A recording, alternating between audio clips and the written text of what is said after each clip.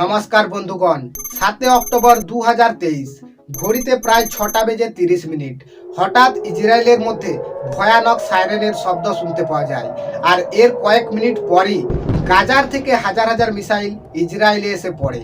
দেখতে দেখতে রাস্তার সাধারণ মানুষ লাশে পরিণত হয়ে যায়। বিগত কয়েক দশকের মধ্যে এটি ইসরায়েলের উপর সবচেয়ে বড় হামলা ছিল। এই আক্রমণে 900 থেকেও বেশি ইসরায়েলি মানুষ তাদের প্রাণ হারায়। এই ঘটনা 1973 সালের ইয়ম কিপুর যুদ্ধকে মনে করিয়ে দেয়, যেখানে আরব কান্ট্রি ইসরায়েলের বিরুদ্ধে যুদ্ধ ঘোষণা করে দিয়েছিল। আর 7 অক্টোবর 2023 ওই ইয়ম কিপুর যুদ্ধের 50তম অ্যানিভার্সারি ছিল। ইসরায়েল বলে কি হামাস 2200টি রকেট লঞ্চ করেছিল, কিন্তু হামাসের দাবি কি ওরা 5500টি রকেট ফায়ারিং করেছিল। হামাস ইসরায়েলের মধ্যে ঢুকে পড়ে এবং ইহুদিদের বাড়িতে বাড়িতে গিয়ে ফায়ারিং করতে থাকে। রাস্তার মধ্যে হামাস পেট্রোলিং শুরু করে দেয় এবং ইহুদিদের গাড়ি দেখতে পেলেই ফায়ারিং শুরু করে দেয়। সাউথ ইসরায়েলের মরুভূমিতে একটি মিউজিক ফেস্টিভ্যাল চলছিল, যেখানে হামাস হামলা করে দেয় এবং এই আক্রমণে 260 জনের মৃত্যু হয়। প্যালেস্তিনিরা বুলডোজার দিয়ে গাজা বর্ডারকে ভেঙে ইসরায়েলে ঢুকে পড়ে। হামাস ইসরায়েলের মহিলা এবং বাচ্চাদেরকে কিডন্যাপ করে নেয়। যেসব মহিলাদেরকে মেরে ফেলে ওনাদের শরীরের সাথে অশ্লীলভাবে আচরণ করে। হামাস ধমকি দেয় কি ওরা পুরো ইসরায়েলকে দখল করে নেবে, আর ততক্ষণ পর্যন্ত এই রক্তের খেলা চলতেই থাকবে। এরপর ইসরায়েলের প্রাইম মিনিস্টার বেঞ্জামিন নেতানিয়াহু টিভিতে একটি স্টেটমেন্ট দেয়। উনি বলেন, ইসরায়েল অ্যাট ওয়ার। হামাস যেটা করেছে ইসরায়েল কখনো একে ক্ষমা করবে না। হামাসকে এর বড় মূল্য দিতে হবে। আর পরবর্তী 48 ঘন্টার মধ্যে ইসরায়েল এয়ারফোর্স, নেভি এবং ট্যাঙ্ক দিয়ে গাজার উপর ভয়ানক হামলা করে গাজার উপর কন্টিনিউয়াসলি বম্বিং করতে শুরু করে। আর ইসরায়েলের এই আক্রমণে 5500 প্যালেস্তিনি মানুষের জীবন চলে যায়, 74,000 মানুষ বাড়ি ছাড়া হয়ে যায়। গাজার থেকে এমন কিছু ছবি বেরিয়ে আসছে যেগুলি দেখার পর মনে হবে কি গাজা যেন স্টোন এজে পৌঁছে গিয়েছে। ইউএনের সেক্রেটারি অ্যান্টোনিও গুতেরেস হামাসকে ইসরায়েলের উপর আক্রমণ বন্ধ করতে বলে এবং বলে কি যে সমস্ত ইহুদিদেরকে বন্দি করে রেখেছে হামাস তাদেরকে যেন ছেড়ে দেয়। হামাস পুরো ইসরায়েলকে দখল করে নিতে চায়, অন্যদিকে ইসরায়েল হামাসকে পুরোপুরিভাবেই সমাপ্ত করে দিতে চায়। ইতিহাসে আজ পর্যন্ত ইসরায়েল একটিও যুদ্ধ হারেনি, আর এরকম একটি নিউক্লিয়ার পাওয়ার স্টেটের বিরুদ্ধে হামাস আক্রমণ করলই বা কেন? যে জমিনের নিয়ে লড়াই হচ্ছে অ্যাকচুয়ালি সেই জমিন কার? ইসরায়েল প্যালেস্তিনি বিবাদের মূল কারণ কি? কয়েক দশক ধরে ইসরায়েল এবং প্যালেস্তিনিদের মধ্যে কেন যুদ্ধ চলে আসছে? পুরো দুনিয়া এখানে কারো না কারো সাপোর্ট করছে। তো এখানে আপনার মতামত কি? আপনি কাকে সাপোর্ট করছেন? কিন্তু এখন কমেন্ট করবেন না, কারণ হয়তো পুরো ভিডিও দেখার পর আপনারও ওপিনিয়ন বদলে যেতে পারে। তো আসুন পর্দার আড়ালের এই ইতিহাসকে জানার চেষ্টা করি। এটা হচ্ছে 1948 সালের আগের ম্যাপ। গ্রিন কালারটি হচ্ছে প্যালেস্তিন দেশ আর ডট অংশটি হচ্ছে ইহুদি। আর এটা হচ্ছে 2023-এর ম্যাপ। গ্রিন কালারটি প্যালেস্তিন দেশ আর এটি ইসরায়েল দেশ। প্যালেস্তিন দেশ দুটো অংশে বিভক্ত হয়ে যায়, একটা ওয়েস্ট ব্যাংক, অন্যটি গাজা। সেকেন্ড ওয়ার্ল্ড ওয়ারের পর ব্রিটিশ মিডল ইস্টে এমন একটি কাজ করে দিয়ে গেছে যা কখনো সমাধান হওয়ার নয়। ইসরায়েল প্যালেস্তিনি বিবাদের যত লড়াই শুরু হয় তার মূল কেন্দ্রবিন্দু জেরুসালেম। জেরুসালেমে 3টি আলাদা আলাদা ধর্মের ধর্মস্থল আছে, মুসলিম, খ্রিস্টান এবং ইহুদি। মুসলিমদের 3টি বড় ধর্মস্থল, মক্কা, মদিনা এবং আল-আকসা মসজিদ। আর এই আল-আকসা মসজিদ জেরুসালেমে অবস্থিত। আর এখানে ইহুদিদের টেম্পল মাউন্ট আছে, আর খ্রিস্টানদের চার্চ অফ দ্য হোলি সেপারেটরি আছে। বেশিরভাগ লড়াই হয় এই নিয়ে কি জেরুসালেম কার অধীনে থাকবে, কে জেরুসালেমের উপর শাসন করবে। কিন্তু জেরুসালেম ইউএন এর অধীনে আছে। আর এই ওয়েস্ট ব্যাংক থেকে কিন্তু কোনো রকম কোনো আক্রমণ হয় না। আর ইসরায়েল প্যালেস্তিনিদের উপর বিভিন্ন রকমের রেস্ট্রিকশন লাগিয়ে রেখেছে কি প্যালেস্তিনিরা নেভি রাখতে পারবে না, এয়ারফোর্স রাখতে পারবে না, এমনকি মিলিটারিও রাখতে পারবে না। তাই যদি ওয়েস্ট ব্যাংকে কোনোরূপ হামলা দেখতে পাওয়া যায় তো এখানের প্যালেস্তিনিরা পাথর দিয়ে হামলা করে, কিন্তু রকেট হামলা হয় গাজার থেকে। যেখানে ওয়েস্ট ব্যাংকে প্যালেস্তিনি পলিটিক্যাল পার্টি ফাতার শাসন চলে, সেখানে গাজাতে হামাসের শাসন চলে। 2021 সালে জেরুসালেমের আল-আকসা মসজিদে ইসরায়েল মিলিটারি আক্রমণ করে দিয়েছিল, যেখানে প্রায় 250 জন প্যালেস্তিনির মৃত্যু হয়েছিল। আর হামাসের মিলিটারি কমান্ড মোহাম্মদ ডেব বলে কি 2021 সালে আল-আকসা মসজিদে যে আক্রমণ হয়েছিল আজকের এই হামলা সেই আক্রমণেরই বদলা। আর এরই কারণে হামাস এই অপারেশনের নাম রাখে আল-আকসা ফ্লোড। এবার ওই ইসরায়েল প্যালেস্তিনি ম্যাপের ব্যাপারে আলোচনা করা যাক। যেখানে 1948 সালে পুরো দেশ প্যালেস্তিনি ছিল, সেখানে আজকের দিনে প্যালেস্তিন কিভাবে কেবলমাত্র 12% রয়ে যায়। 1000 এডির থেকেই ইউরোপীয়রা ইহুদিদের উপর দাসের মতো ব্যবহার করত, নির্মমভাবে তাদের উপর অত্যাচার করত। আর এরই কারণে 18th সেঞ্চুরিতে ইহুদিরা একটি আন্দোলন শুরু করে। ওনারা নিজেদের জন্য একটি আলাদা দেশ বানানোর সিদ্ধান্ত নেয় এবং ইহুদিরা ধীরে ধীরে একত্রিত হতে শুরু করে। 18th সেঞ্চুরিতে প্যালেস্তিনে অল্প মাত্রায় ইহুদিরা থাকতো। ফার্স্ট ওয়ার্ল্ড ওয়ারের আগে প্যালেস্তিন অটোমান আম্পায়ারের অধীনে ছিল। যখন ফার্স্ট ওয়ার্ল্ড ওয়ার শুরু হয় তো অটোমান আম্পায়ার জার্মানির সাথ দেয়। এখন ব্রিটেন অটোমান আম্পায়ারকে দুর্বল করার জন্য প্যালেস্তিনে থাকা আরবীয় এবং ইহুদিদেরকে উৎসাহ যোগায় অটোমান আম্পায়ারের বিরুদ্ধে যুদ্ধ করার জন্য।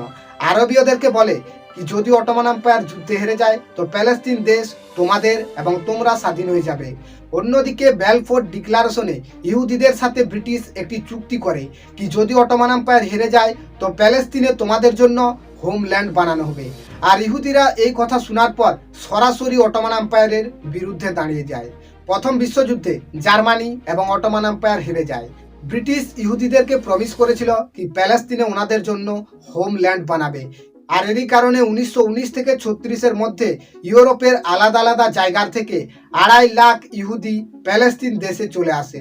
আর এরপর সেকেন্ড ওয়ার্ল্ড ওয়ার শুরু হয়ে যায়। হিটলার খুঁজে খুঁজে ইহুদিদেরকে মারতে থাকে। হোলোকাস্টের মতো ভয়ানক ইতিহাস দেখতে পাওয়া যায়, যেখানে হিটলার 60 লক্ষ ইহুদিকে মেরে ফেলেছিল। আর এরই কারণে ইহুদিরা নিজেদের প্রাণ বাঁচানোর জন্য প্যালেস্তিনে পালিয়ে এসেছিল।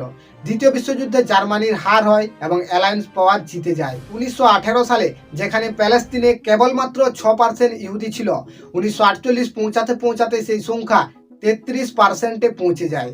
সেকেন্ড ওয়ার্ল্ড ওয়ার সমাপ্ত হওয়ার পর অ্যালাইন পাওয়ার ইউনাইটেড নেশন ইউএন-এর স্থাপনা করে, কারণ যাতে আর যুদ্ধ না হয়, শান্তি চুক্তির মাধ্যমেই সমস্ত কিছু সমাধান হয়ে যায়। আর এরপর সময় ছিল ইহুদিদের জন্য আলাদা দেশ নির্মাণ করা। কিন্তু ব্রিটিশ আরব এবং ইহুদি দুজনকেই প্যালেস্তিনি দেশ দেওয়ার কথা বলেছিলেন। আর এরই কারণে যখন পার্টিশনের সময় আসে তো ব্রিটিশ নিজের হাত উপর করে দেয় আর এই ম্যাটারকে ইউএন-এর হাতে তুলে দেয়। ইউএনও 1947 সালে একটি পার্টিশন ম্যাপ বের করায়, যেখানে প্যালেস্তিনিদেরকে 48% এরিয়া দেওয়া হয়, ইহুদিদেরকে 44% এরিয়া। আর জেরুসালেম 3টি ধর্মের জন্যই অত্যন্ত পবিত্র ধর্মস্থল ছিল, তাই জেরুসালেমের 8% এরিয়া ইউএন তার কন্ট্রোলে রেখে দেয়। কিন্তু প্যালেস্তিনিদের সাথে সাথে কোনো আরব কান্ট্রি এই পার্টিশনে সহমতি ছিল না। আর সহমতি না থাকার পরেও এরকমই হয়। 14 মে 1948 সালে ইসরায়েল স্বাধীন হয়ে যায়। আর স্বাধীনতার পরের দিনেই সমস্ত আরব কান্ট্রি ইসরায়েলের বিরুদ্ধে যুদ্ধ ঘোষণা করে দেয়।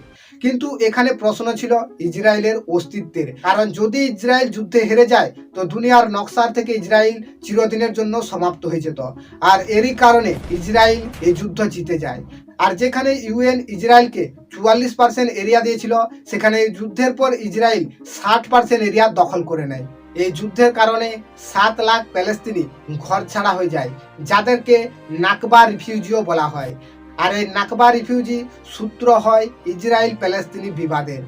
এরপর প্যালেস্তিনিদেরকে সাপোর্ট করার জন্য আলাদা আলাদা অর্গানাইজেশন উঠে আসে।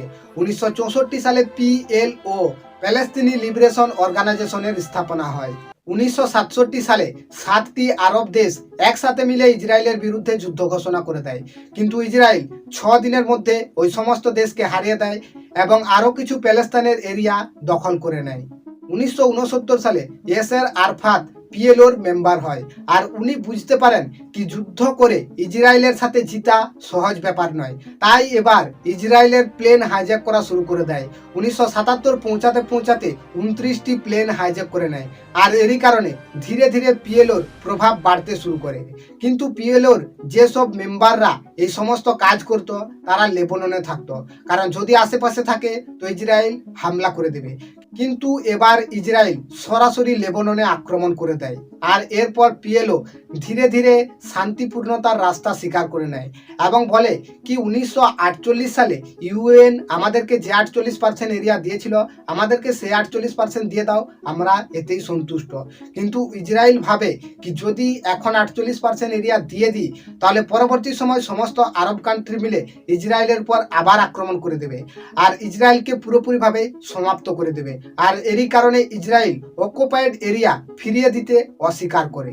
আর এরপর 1987 সালে হামাস নামক মিলিটিয়ান অর্গানাইজেশনের স্থাপনা হয়। হামাস বলে কি হাত জোড়ো করে ইসরায়েলের থেকে নিজেদের দেশের ভিক্ষা চাওয়ার কোনো মানে হয় না। যদি ইসরায়েল আমাদেরকে আক্রমণ করে তো আমরাও ইসরায়েলের পর আক্রমণ করব আর আমরা আমাদের সম্পূর্ণ প্যালেস্তিনি দেশকে ফিরিয়ে নেব। কিন্তু এরকম নয় কি কোনো দেশ শান্তি চুক্তি করতে চায় না। যখনই কোনো দেশের লিডার শান্তি চুক্তির কথা বলতো তো সেই দেশের লিডারকেই মেরে ফেলা হতো। 1993 সালে প্যালেস্তিনি ইসরায়েলের সঙ্গে অসলো অকর্ড পিসফুল অ্যাক্ট সাইন করে, কিন্তু এই অ্যাক্ট সাইন করার পরেও ইসরায়েল কোনোরূপ কোনো নিয়মের পালন করে না। হিউম্যান রাইট অ্যাক্টের উল্লঙ্ঘন করে গাজাতে অল্প মাত্রায় ইলেকট্রিসিটি, ফুড এবং ওয়াটার সাপ্লাই করে, অন্যদিকে ইহুদিদেরকে ফান্ড প্রোভাইড করে ওয়েস্ট ব্যাংকে গিয়ে নিজেদের বাড়ি বানানোর জন্য। আর ধীরে ধীরে ওয়েস্ট ব্যাংকের এরিয়াও দখল করতে শুরু করে, প্যালেস্তিনিদেরকে তাদের বাড়ির থেকে তাড়িয়ে দেয়, প্যালেস্তিনি মহিলা বাচ্চাদেরকে বাড়ির থেকে বের করে দেয়। আর এই সব ব্যবহার দেখার পর প্যালেস্তিনিদের ইসরায়েলের থেকে ভরসা উঠে যায় আর ধীরে ধীরে প্যালেস্তিনি মানুষ হামাসকে সাপোর্ট করতে শুরু করে। আর ধীরে ধীরে হামাস এবং প্যালেস্তিনি পলিটিক্যাল পার্টি ফাতার মধ্যে দূরত্ব বাড়তে শুরু করে। 2005 সালের ইলেকশনে হামাস পলিটিক্যাল পার্টি ফাতাকে হারিয়ে দেয়, তাই ওয়েস্ট ব্যাংক ফাতার কন্ট্রোলে চলে যায় আর গাজা হামাসের অধীনে চলে আসে। আর এরপর হামাস ইসরায়েলের উপর ছোটখাটো হামলা করতে থাকে। কিন্তু এখানে ইসরায়েলের প্ল্যান দেখুন, ইসরায়েল তো চায় যে হামাস আক্রমণ করুক, কারণ ওরা প্রথমে আক্রমণ করলে ইসরায়েল সুযোগ পাবে পাল্টা আক্রমণ করার। আর ইসরায়েল যতবারই আক্রমণ করবে ততবারই একটু একটু করে প্যালেস্তিনের জমিনকে দখল করে নেবে। আর এইভাবেই যেখানে 1948 সালে প্যালেস্তিনিদের 48% জমিন ছিল, আজ সেখানে প্যালেস্তিনিরা কেবলমাত্র 12%-এ পৌঁছে যায়। আর হামাসকে ইসরায়েলের এই রণনীতি বুঝতে হবে, আর যদি এরকম না করে তাহলে যে 12% বেঁচে আছে সেই 12%ও প্যালেস্তিনের হাত থেকে চলে যাবে। হামাস যদি ভাবে কি আরব কান্ট্রি হামাসকে সাপোর্ট করবে, তো যখন আরব কান্ট্রি নিজেরা যুদ্ধ করে ইসরায়েলের সঙ্গে জিততে পারে না তো হামাসকে সাপোর্ট করে কি করবে? আর অন্যদিকে আরব কান্ট্রি যেটিকে ইন্টারন্যাশনাল প্রেসার বলছে, ওটা ইসরায়েলের জন্য অ্যাকচুয়ালি একটি বড় সুযোগ। কারণ ইসরায়েল যতই অত্যাচার করুক না কেন ইসরায়েলের কেউ কিছু করতে পারবে না। যদি এই ম্যাটার ইউএনওতে চলে যায় তো ইউএনওতে 5টি দেশের কাছে অধিকার আছে ভিটো করার। যদি কোনো কারণে একটি দেশ ভিটো করে দেয় তো সেই প্রস্তাব ক্যান্সেল হয়ে যায়। আর ফ্রান্স, আমেরিকা এবং ব্রিটেন তো বসেই আছে ভিটো করার জন্য, কারণ ওয়েস্টার্ন পাওয়ার মিডিল ইস্টে নিজেদের আধিপত্যকে বজায় রাখার জন্য যে কোনো সময় ইসরায়েল যতই অত্যাচার করুক না কেন ইসরায়েলকে সাপোর্ট করবে। হামাস যেভাবে ইসরায়েলের সাধারণ মানুষের উপর অত্যাচার করলো এর কোনোরূপ কোনো জাস্টিফিকেশন নেই, কিন্তু ইসরায়েল যেভাবে কয়েক দশক ধরে প্যালেস্তিনি মানুষের উপর অত্যাচার করে আসছে এরও কোনো জাস্টিফিকেশন নেই।